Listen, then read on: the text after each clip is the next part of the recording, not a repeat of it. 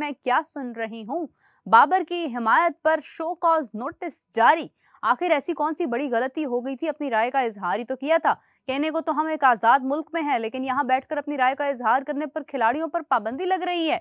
इस हवाले से नाज़रीन बात करते हैं। मेरे साथ मौजूद हैं आप सबकी जान, क्रिकेट की शान, हाफिज इमरान। अस्सलाम वालेकुम हाफिज साहब, कैसे हैं आप? बहुत शुक्रिया आपका जी। हाफिज साहब, ये तो सुना था कि पीसीबी के साथ मुंसलिक होने के बाद आपकी राय नहीं होती है, बल्कि पीसीबी की राय होती है। लेकिन अगर गलती से आप हिमायत में कोई चंद अल्फाज बोल ही देते हैं, जिनको मैंने भी पॉइंट आउट किया कि मतलब मवाजना नहीं बनता विराट कोहली के साथ किसी किस्म का, ऐसी गुफ्तगू की जरूरत नहीं है, लेकिन ये तो बात समझाई भी जा सकती थी। Why show cause notice? देखिए, सिलेक्शन पॉलिसी है एक पाकिस्तान क्रिकेट बोर्ड की, और है या नहीं है ये एक अलग बहस है, लेकिन कोड ऑफ कंडक्ट है, एक ज़ाब्ता अखलाक है जो आप सेंट्रल कॉन्ट्रैक्ट जब आप साइन करते हैं तो उसके तहत आपको अपना काम करना पड़ता है।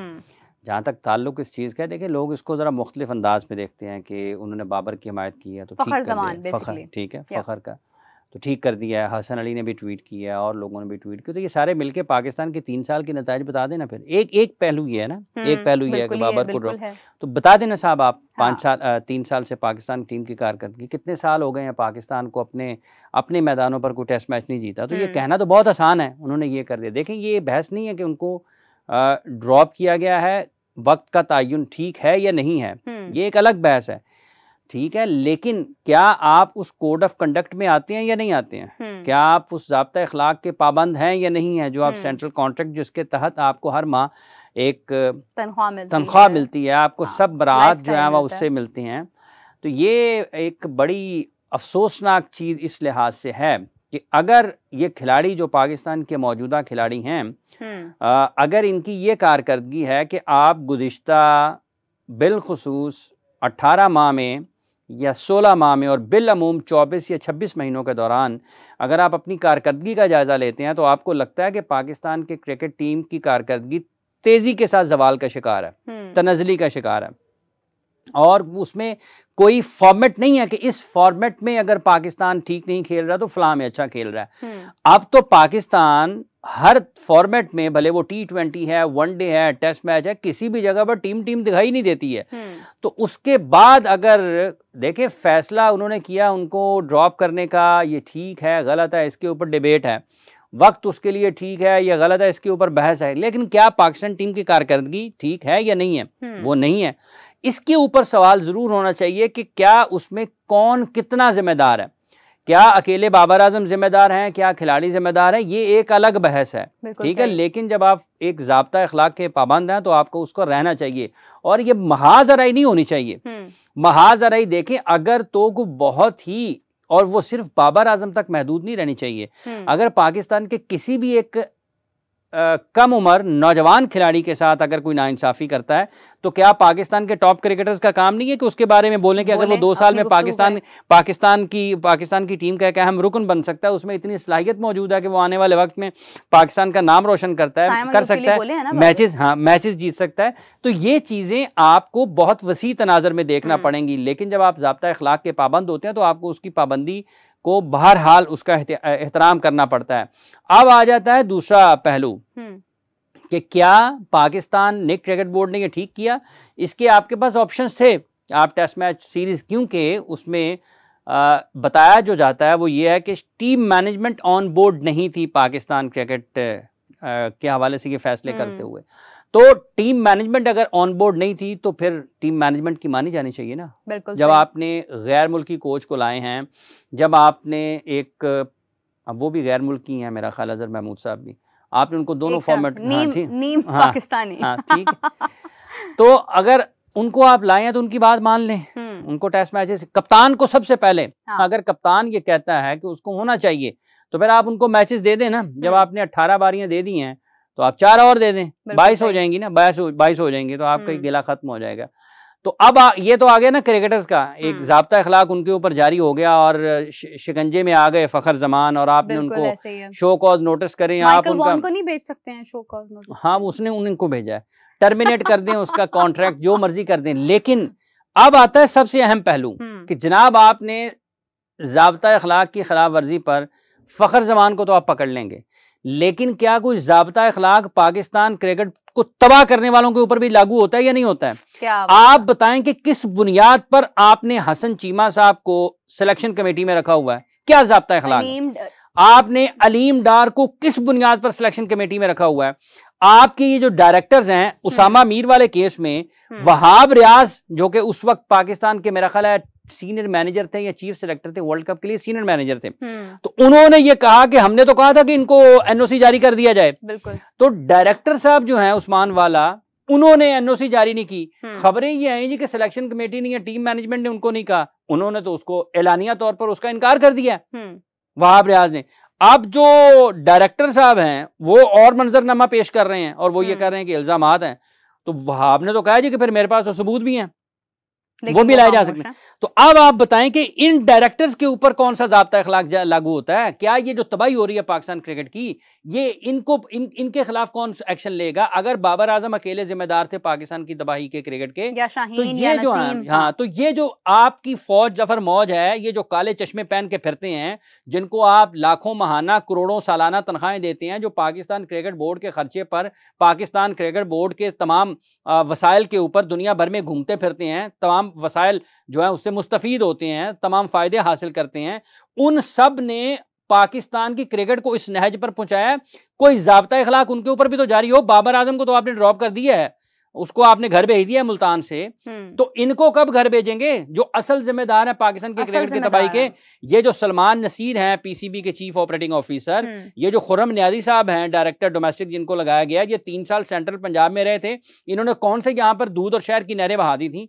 ये जो नदीम खान साहब हैं पाकिस्तान की नेशनल क्रिकेट अकेडमी के डायरेक्टर, ये जो जुनैद ज़िया हैं, ये इनके साथ और भी जो पूरे एक ग्रुप है लोगों का, उन्होंने क्या किया है पाकिस्तान की क्रिकेट में तबाही के सिवा? इनके ऊपर कौन सा ज़ाब्ता अखलाक लागू होता है? इनको भी कोई पूछेगा या नहीं पूछेगा? आपने किस बुनियाद पर मेंटोर्स को लाखों रुपए महाना रख लिया है? और आपका और अगर आपका एक मेंटोर जो है वो यूएसए में मौजूद है, एक आपका टीम छोड़ के कहीं और चला जाएगा, एक टीम छोड़ के कहीं और चला जाएगा, तो आपने क्या उनके ऊपर कोई ज़ाब्ता अखलाक लागू होता है या नहीं होता?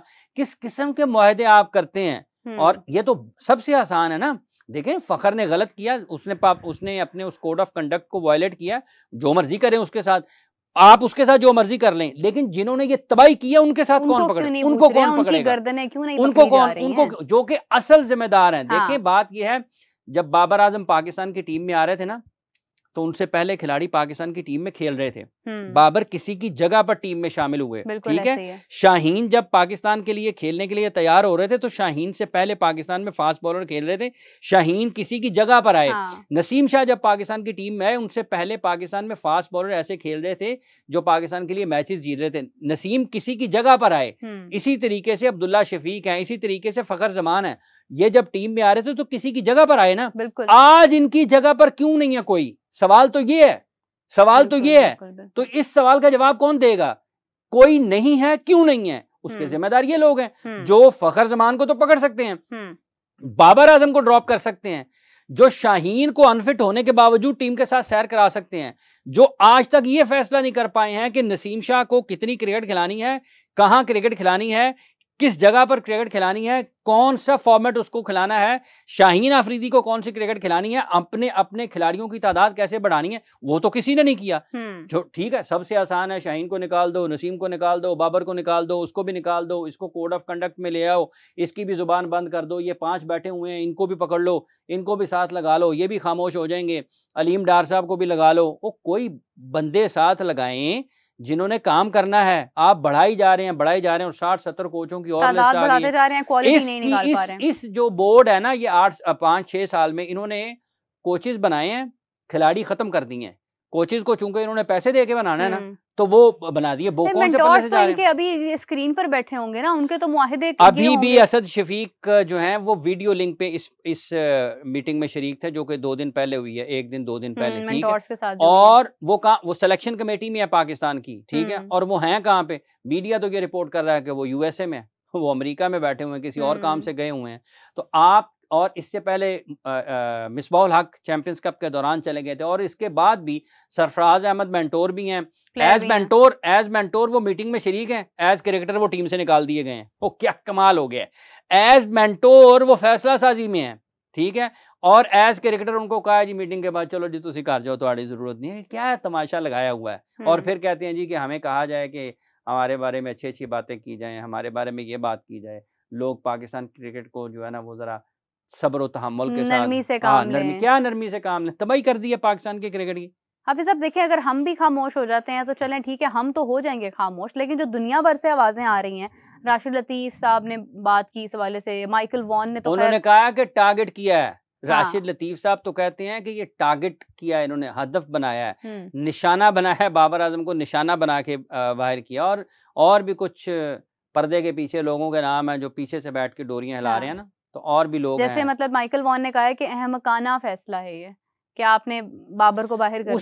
हाफिज साहब, ये शाहीन और नसीम शाह के सपोर्ट में क्यों नहीं कोई बोल रहा? देखिए बात ये है कि उनके बारे में एक इतला ये है कि शायद इंजरीज हैं, फिटनेस के मसाइल हैं। दूसरी बात यह है कि बाबर, देखिए पाकिस्तान ने गुज़िश्ता 2020-21 से 20-21 में 22 तक जितनी भी क्रिकेट खेली, कामयाबियां हासिल की, 22 का वर्ल्ड कप जो T20 का पाकिस्तान ऑस्ट्रेलिया में खेला, उस वक्त तक बाबर और रिजवान रन्स करते थे, शाहीन आउट करते थे, तो पाकिस्तान मैच जीत जाता था। बिल्कुल ऐसे। वो बैटिंग में पाकिस्तान के नुमायां खिलाड़ी हैं, शाहीन बॉलिंग में पाकिस्तान के नुमायां खिलाड़ी थे। बाबर चूंकि उनका शुमार होने लगा था, एक वक्त में उनकी बहस शुरू होती थी, उनके बारे में गुफ्तगू होती थी, बहस नहीं गुफ्तगू होती थी कि वो Virat, Joe Root, Kane Williamson, Steve Smith के साथ के पाए के खिलाड़ी हैं, तो वो एंटरटेन करते हैं लोगों को। अच्छे, बहुत अच्छे बैट्समैन है पाकिस्तान की तरफ से। पाकिस्तान के तो इस वक्त सबसे बेहतरीन है, इस वक्त में दुनिया के अच्छे बल्लेबाजों में उनका शुमार होता था, और लोग उनके बारे में उनको देखना चाहते हैं ना बैटिंग करते हुए, क्योंकि वो अच्छा खेलते हैं। इस वजह से लोग उनके बारे में बात करते हैं। चूंकि वो पाकिस्तान की बैटिंग के पिलर हैं, इसलिए लोगों को ये लगता है कि शायद उनके साथ इस अंदाज से जो उनको बाहर किया गया, ये गलत किया गया। शाहीन भी किसी तरीके से कम नहीं है। अब अगर ये हर जगह पर प्लेयर्स मिसमैनेज हुए हैं तो पाकिस्तान क्रिकेट बोर्ड की जिम्मेदारी ना, अगर पाकिस्तान क्रिकेट बोर्ड के पास टैलेंट होता, उन्होंने काम किया होता, तो वो उनको नजर आ रहा होता ना कि पीछे ये भी है। बाबर ने भी तो किसी को रिप्लेस किया ना, शाहीन भी किसी की जगह पर टीम में आए ना, तो थे तो डाल दिया ना। बिल्कुल सही बात है, थे तो आपके पास शाहीन थे तो आए ना। अगर जो पहले खेल रहे होते उसके मुतबादल में शाहीन ना होता तो कैसे आ जाते? वो भी ये कहते जी हमारे पास भी कोई नहीं है, अब यही खेलते रहेंगे। सो इन लोगों के बाबर के बारे में चूंकि रन्स हैं उनके, उन्होंने परफॉर्मेंसेस दी हैं, और इस वजह से जो उनके बारे में लोग बात करते हैं। केविन पीटरसन ने किया, इन्होंने कर दिया, क्या नाम है, माइकल वॉन ने कर दिया। राशिद लतीफ पाकिस्तान में कह रहे हैं कि ज़हीर अब्बास साहब ने तो खैर इसके बिल्कुल एंटी बात की थी काफी देर पहले। अब उसको वो और भी उसकी कोई वजह हो सकती है, और कुछ खामोश भी लोग होंगे ना जो और कुछ काम कर रहे होंगे, उनकी और भी वजह हो सकती है। तो ज़हीर अब्बास साहब के कहने पे अगर उन्होंने बाबर आजम को ड्रॉप किया है तो ज़हीर अब्बास साहब फिर कुछ और भी कह दें और वो भी मान लें, तो ये एक मंजरनामा है जो कि इतना अच्छा नहीं है। अब लोग उनके बारे में बात करते हैं तो ठीक है, बाकी अच्छा रिजवान क्यों है टीम के अंदर हाफिज साहब? अगर जहां पर शाहीन, नसीम शाह, बाबर परफॉर्म नहीं कर रहे, वहां पर रिजवान भी परफॉर्म नहीं कर रहे। एक इनिंग से बांग्लादेश के खिलाफ तो आप उनको नहीं डिसाइड कर सकते हैं कि हाँ ये चल रहे हैं तो बस ठीक है, ये फॉर्म में। देखिए बाबर के बारे में जहाँ तक बात होती है ना, लोगों का एक ख्याल है, जब विराट के साथ जो फ़खर ने कंपैरिजन किया ना विराट का लिख के, तो उसने बेसिकली जलती पर तेल का काम किया ना, विराट के साथ उनको जोड़ दिया। विराट के साथ जोड़ने का मतलब ये है कि आप उस डिबेट को लगभग 1.5 अरब लोगों में ले जाएं। बिल्कुल ऐसे ही उसको लगभग 1.5 अरब लोगों में ले जाएं। विराट जब अपने मुकर्रर करदा, जो उनके अपने ज़ाती मायार हैं, जिसको उन्होंने मुकर्रर किया 70-72 सेंचुरीज करके, 70 सेंचुरीज थी जब उनके ऊपर बैट पैच आया, 70 इंटरनेशनल सेंचुरीज, तो उस वक्त उनके ऊपर बुरा वक्त शुरू हुआ। और उस बुरे वक्त में भी वो 50, 60, 70, एक और साउथ अफ्रीका में बड़ी मुश्किल पिच के ऊपर उन्होंने 85 किया था, बहुत मुश्किल पिच था, तो वो रन्स करते रहे। विराट जब अपने 100 नहीं कर पा रहे थे तो उनकी टीम हार नहीं रही थी, उनकी टीम जीत रही थी। उनकी इर्द गिर्द केएल राहुल खेल रहे थे, शुभमन गिल खेल रहे थे, रोहित शर्मा खेल रहे थे, चेतेश्वर पुजारा खेल रहे थे, अजिंक्य रहाणे खेल रहे थे, और भी उनकी बैटिंग, हार्दिक पांड्या खेल रहे थे। ठीक है, उनकी टीम में ऐसे लोग मौजूद थे जिनकी वजह से उनकी टीम की मजमूई कारकर्दगी जो है वो असरअंदाज नहीं होती थी। और जब विराट के बारे में ये बात होती है कि वो अच्छी फॉर्म में नहीं थे, वो बैसियत कैप्टन उस वक्त भी वर्ल्ड टेस्ट चैंपियनशिप का फाइनल खेले थे। तो पाकिस्तान तो 9वें नंबर पर है WTC के। तो इसलिए विराट के साथ उनको जोड़ना या विराट का साथ इनको ड्रॉप करने को भी उनके साथ मिला देना, ये दो मुख्तलिफ चीजें हैं। वो उन्होंने बुनियादी तौर पर 1.5 अरब लोगों को इंगेज कर दिया है इस मामले में। उनका कंपैरिजन उनकी परफॉर्मेंसेस का, उनकी ट्रीट, विराट को कप्तानी से हटाया था ना तो पूछा भी नहीं गया था उससे।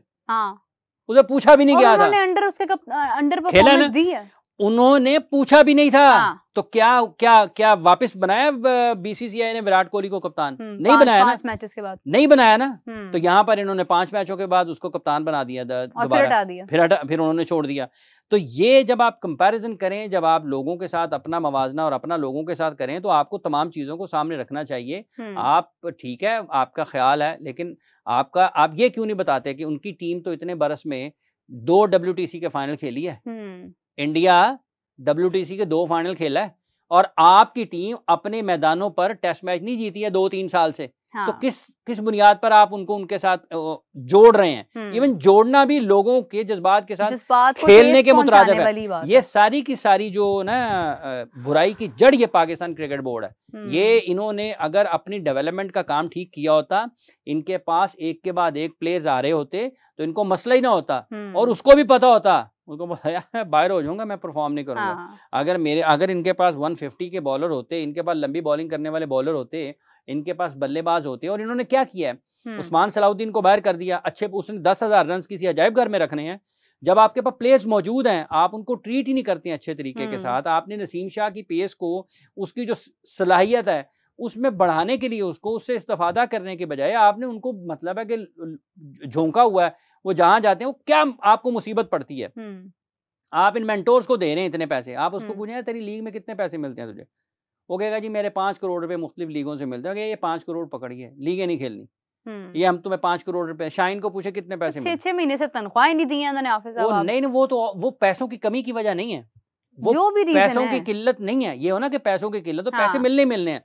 अगर आपको ये पता हो कि ये पाकिस्तान का टैलेंट है, ऋषभ पंत को दिए ना उन्होंने पैसे घर बैठे, क्यों दिए? उनको पता था कि ये आगे जाएगा, इंडिया के लिए मैचेस जीतेगा। तो जब आप इस तरीके से प्लेयर्स को देखते हैं ना कि यार ये हमारा मुस्तकबिल है, हमारा मुस्तकबिल है, हमने इनके साथ खेल नहीं करना, ये तो पाकिस्तान के मुस्तकबिल के साथ खेल रहे हैं। उनको पूछें भाईजान 5 करोड़ मिलता है, 6 करोड़ मिलता है आपको साल का लीग से, ये एक लीग खेलें यार, आप पैसे हमसे ले लें, छोड़ें ना खेलें। जब वो नहीं खेलेंगे 1 महीना 2 महीने की लीगें, तो इसका मतलब ये कि एनर्जी महफूज रहेगी। तो वो एनर्जी दोबारा किसके काम आएगी? पाकिस्तान क्रिकेट के काम आएगी। और अगर पाकिस्तान क्रिकेट ऊपर जाएगी, वो 5 करोड़ आपको वापस 50 करोड़ की शक्ल में मिलने हैं। बिल्कुल ऐसे ही है। तो आपने उन चैंपियंस कप पर आपने अरबों रुपया लगा दिया है, तो आप लेकिन आप खिलाड़ियों पे नहीं लगा सकते। ठीक है, तो आपने मेंटोर्स के ऊपर लगा दिया है। तो वो जो उनको भी दें पैसे, ठीक है। जब आप किसी टॉप प्रोफेशनल को लेते हैं तो आप उनको पैसे देते हैं, लेकिन क्या आप दुरुस्त लोगों का इंतखाब करते हैं या नहीं करते हैं, ये तो सवाल रहेगा।